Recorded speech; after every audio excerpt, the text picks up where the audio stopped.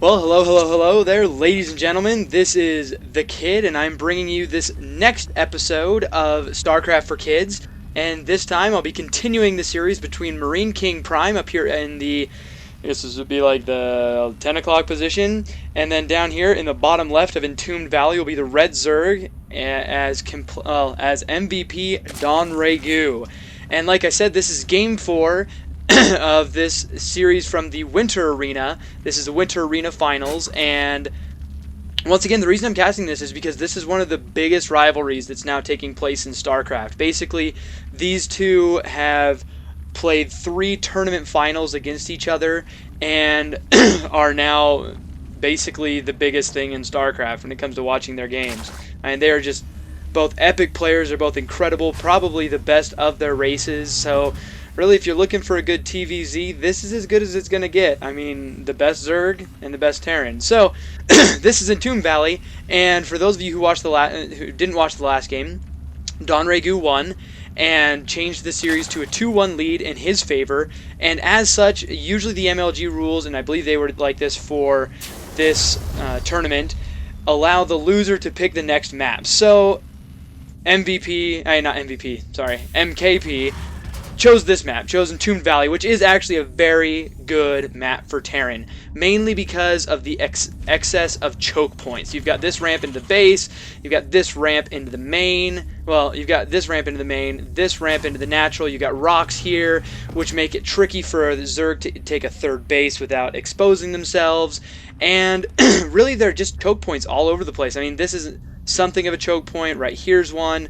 Drops are very easy down this corridor right here. So it's a very good map for Terran, and especially in a lot of the games I've watched recently, Terrans like to bunker rush around this area. Sometimes they'll do it down here, put a Marine right here so it's protected with the bunker as it's being built.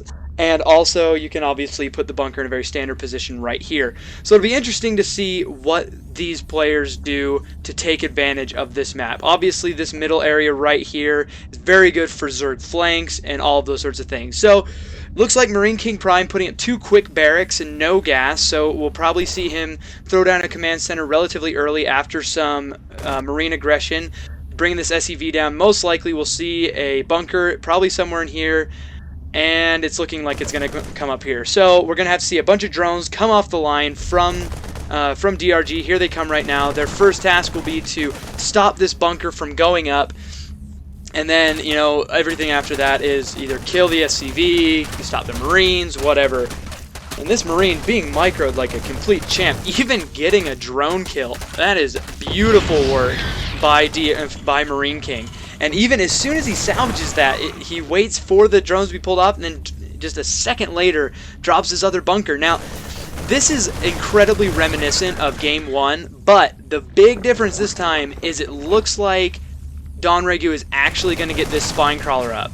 And he's got these lings back here that are going to come in, get a good surround on these Marines, and I would imagine DRG is going to stop this rush relatively easily.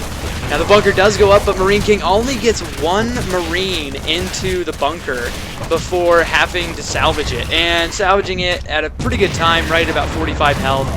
And it looks like we're going to see these lings try and chase down these Marines, but if there was one useless attacking unit in this game above any other, it's definitely Lings without speed. Lings without speed are completely useless in my opinion. It's basically the most essential upgrade for Zergs. Even like, basically you have to get speed for Lings, or else they'll never get surrounds, they'll never get run-bys, they'll never do anything that makes them a good unit.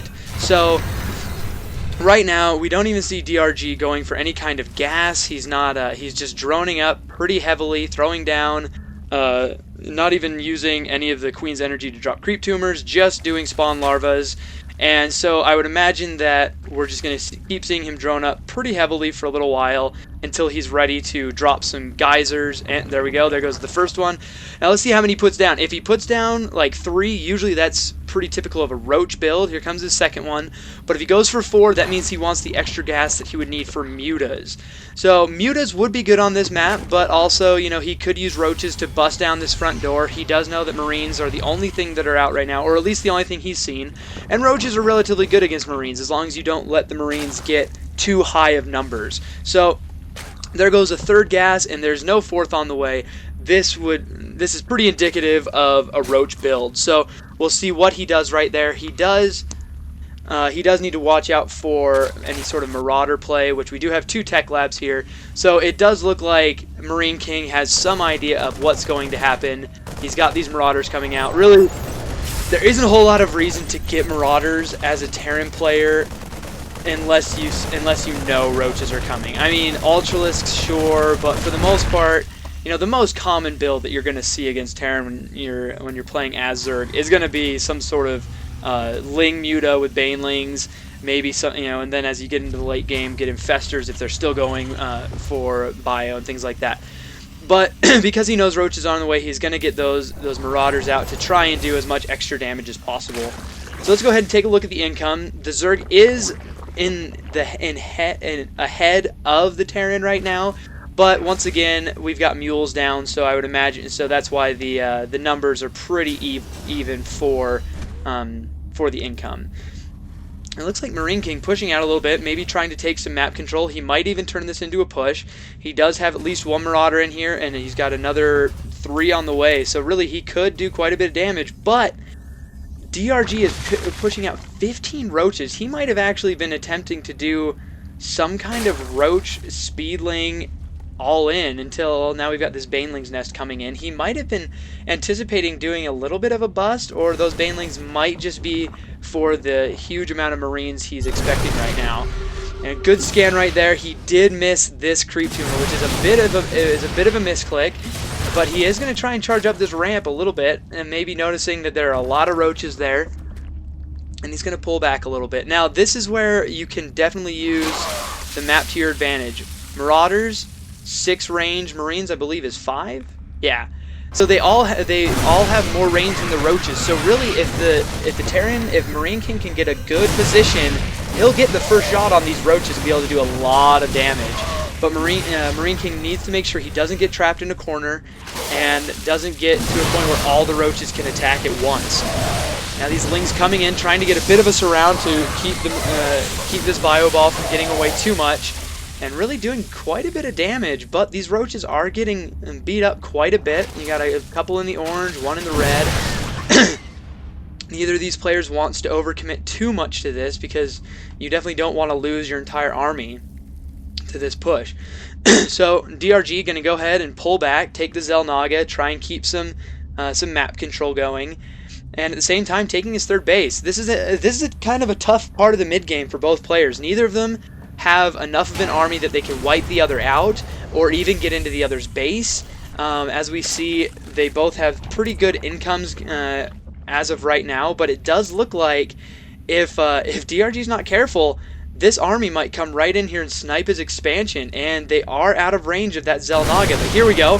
He's bringing them in. A lot of Lings going down right there, but he didn't bring all of his Roaches. This probably won't be able to handle this whole army, and he needs them to get those Roaches up so they're all shooting, and there we go. Where are the rest of his Roaches? They're up here. They're coming down a little late. His timing is a little rough on this, and Stim is done, so they might be able to stop this this hatchery from going up all the way. And the Stutter Step Micro doing excellent work for Marine King. Let's see if these I don't think these Roaches are going to get here in time.